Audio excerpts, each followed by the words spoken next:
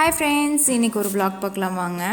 பாப்பாக்கும் தம்பிக்கும் காலையிலேயே ஸ்கூல் இருந்துச்சுங்க. அதனால் அவங்கள ரெடி பண்ணி அனுப்பிச்சி விட்டுட்டு அதுக்கப்புறம் தான் வந்து மற்ற வேலையை பார்க்கணும். அதுக்காக பஸ் ஏற்றி விட்டுறதுக்கு வந்துட்டேன். பஸ்ஸும் வந்துருச்சுங்க. பஸ் ஏற்றி விட்டுட்டு போய் தான் வீட்டில் மற்ற வேலைங்கள்லாம் பார்க்கணும். ஆடு மாடு எல்லாமே வந்து அதுக்கப்புறம் தான் பார்க்கணும். சமையல் வேலை காலையிலே முடிஞ்சிச்சுங்க. சமையல் மட்டும் செஞ்சு வச்சுட்டேன். அதுக்கப்புறம் போய் தான் வந்து ஆடெல்லாம் பார்க்கணும். இனி வந்து ஆடெல்லாம் அவுத்து விட்டுறலாம். ஆடு வந்து மேய்ச்சலுக்கு கொண்டு போகணும்.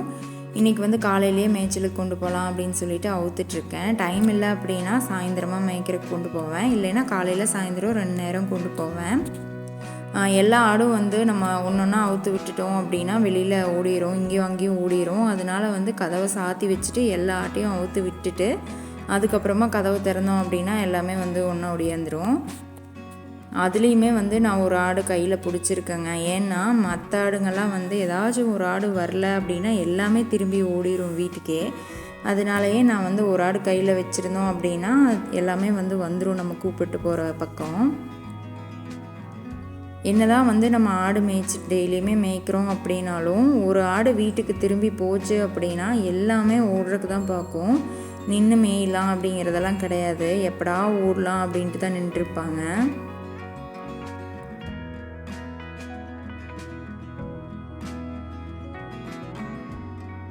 நான் வரும்போதே ஆடு போனதும் தண்ணி குடிக்கிற மாதிரி எல்லாம் தண்ணி வந்து புண்ணாக்கெல்லாம் ஊற வச்சு ரெடியாக வச்சுட்டு வந்துடுவேன். அப்போ தான் ஆடு மேய்ச்சிட்டு போகும்போது ஆடு தண்ணி குடிக்கும். அப்போ நம்ம பிடிச்சி கட்டியெல்லாம் தண்ணி குடித்ததுக்கப்புறமா. இல்லைன்னா வந்து பிடிக்கவே முடியாதுங்க. எல்லாம் ஒன்று ஒன்று அங்கேயும் இங்கேயும் ஓடிட்டுருக்கும். இதில் வந்து சண்டை வேற வரும். ஆடுங்கள்லாம் மேய்ஞ்சிட்ருக்கு இல்லைங்களா, சண்டை வேற வரும். அதெல்லாம் சமாதானம் பண்ணி விலக்கி விட்டுட்டே நம்ம உட்காந்துட்ருக்கணும். அங்கே ஒரு நிழல் ஒன்று இருந்துச்சுங்க, செடி மரவில் உட்காந்துட்டேன். அப்படியே நிழலில் உட்காந்துட்ருக்கேன். என் மேலே காலை போட்டு மேய்ஞ்சிட்டு இருந்தாங்க. சவுண்டல் இலையெல்லாம் வந்து சாப்பிட்டு இருந்தாங்க.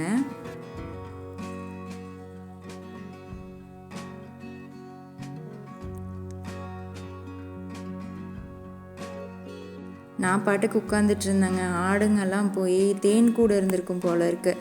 அங்கே மேயருக்கு போயிருக்கு. தேனியெல்லாம் பறந்து ஓடியாந்துருச்சு. எல்லாம் வாங்கடா ஓடிடலாம் அப்படின்னு சொல்லிட்டு எல்லோரும் ஓடி வந்துட்டோம். நம்ம எந்திரிச்சு வரோம் அப்படின்னு தெரிஞ்சிட்டா வாங்கடா போகலாம் அப்படின்னு சொன்னாலே எல்லா ஆடுங்களும் ஓடியாரக்க ஆரம்பிச்சிரும். அதுக்கப்புறம் நம்மளை விட்டுட்டு ஓடிடுவாங்க. நம்ம தான் அதுக்கப்புறம் கடைசியாக போவோம். ஆடெல்லாம் பிடிச்சி கட்டிட்டு அதுக்கப்புறமா தேங்காய் காட்டுக்குள்ளே கிடந்துச்சுங்க. சரி தேங்காய் எடுத்து போட்டுருவோம், வழக்கமாக அது நம்ம வேலை தானே அப்படின்னு சொல்லிட்டு போய் தேங்காய் எடுக்கிறதுக்கு போயிட்டேன்.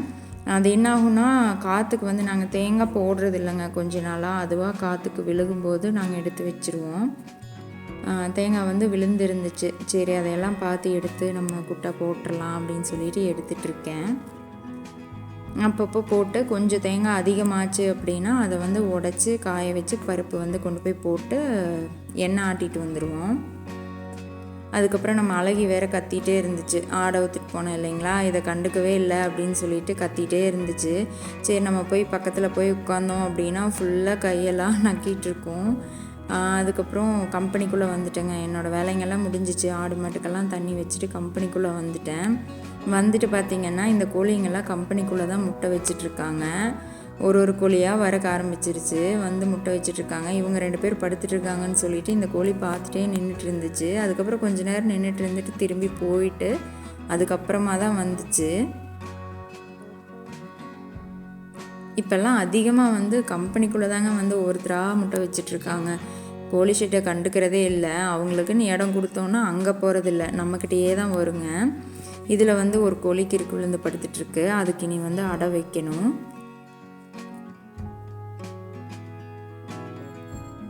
கொஞ்ச நேரம் இந்த கோழி நின்று பார்த்துட்டு இவங்க யாரும் இடம் கொடுக்குற மாதிரி இல்லை, நம்ம போயிட்டு அப்புறமா வருவோம் அப்படின்னு சொல்லிட்டு நினச்சிட்டு அந்த கோழி போயிடுச்சு.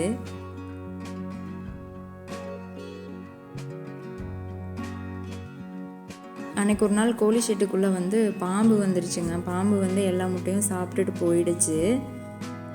கோழி வந்து படுத்துட்டு இருந்துச்சு. கோழியும் வந்து இறந்துருச்சு. அதுக்கப்புறம் அது சாப்பிட்டுட்டு போயிடுச்சு. அதுலேருந்து எந்த கோழியும் அங்கே முட்டையே வைக்க மாட்டேங்குது, என்னன்னு தெரில.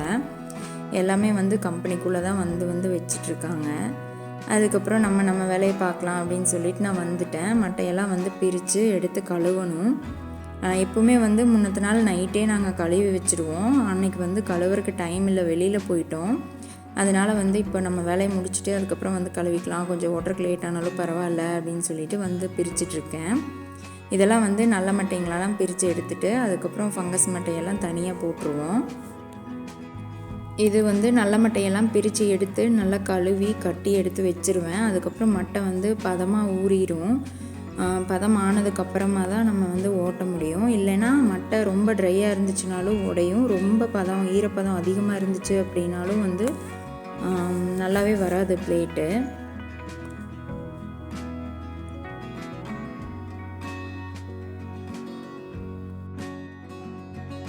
இது அப்படியே கட்டி கொண்டு போய் உள்ள ட்ரம்மில் போட்டு பிரித்து தான் வந்து கழுவ போகிறோம். ஆனாலும் தூக்கிட்டு போகிறக்கு வந்து இந்த மாதிரி கட்டிட்டோம் அப்படின்னா தான் நம்மளுக்கு வசதியாக இருக்கும். அதனாலேயே வந்து கட்டி கொண்டு வந்துடுதுங்க. கட்டி கொண்டு வந்து நான் வந்து ஊற போட மாட்டேன், அப்படியே போட்டு கழுவி எடுத்து கட்டி வச்சுருவேன். அதுலேயே வந்து நல்ல பதமாக ஊறி இருக்கும்.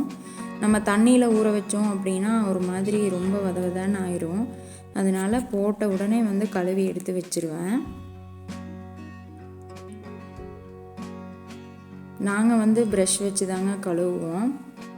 அப்போ தான் வந்து மண்ணெல்லாம் வந்து நல்லா போகும். சும்மா நம்ம தண்ணியில் நனைய வச்சோம் அப்படின்னா மண் இருந்துச்சுன்னா போகாது. நம்ம தென்னை மட்டை மாதிரியே தாங்க, இப்போ தென்னை மட்டை காட்டுக்குள்ளே விழுகுது இல்லைங்களா, அதே மாதிரி தான் பாக்கு மட்டையும் வந்து இருக்கும். அப்போ அது வந்து மழை டைம் இருந்துச்சு அப்படின்னா வந்து அது ஃபுல்லாக சேராக இருக்கும். அதனால நம்ம வந்து மண் இல்லாமல் நம்ம வந்து நீட்டாக கழுவி அதுக்கப்புறம் தான் ஓட்ட முடியும்.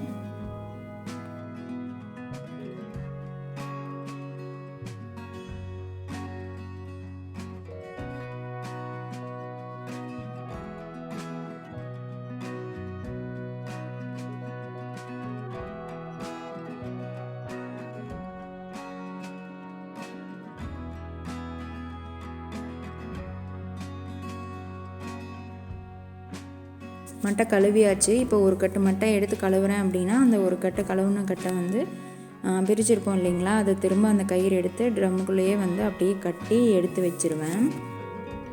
அப்போ தான் ஈஸியாக இருக்கும். நம்ம எடுத்து கீழே போட்டும் கழுவலாம். கீழே போட்டு கழுவுனா திரும்ப உட்காந்து நம்ம கட்டிகிட்டு இருக்கிற மாதிரி இருக்கும். இது கை அப்படியே கட்டி எடுத்து வச்சிடலாம். கட்டி எடுத்து தண்ணியெல்லாம் வடிச்சிட்டு அதுக்கப்புறமா தூக்கி நான் வச்சுருவேன். அந்த மாதிரி நம்ம நிறுத்தி வைக்கும்போது தண்ணியும் வடிஞ்சிரும், மட்டையும் வந்து நல்லா பதமாயிரும். ரொம்ப வதவதன்னும் ஆகாது. அதுக்கப்புறம் நம்ம மிஷின் ஓட்ட ஆரம்பிச்சிடலாம். அவ்வளோதாங்க, இந்த வீடியோ இதோட முடியுது.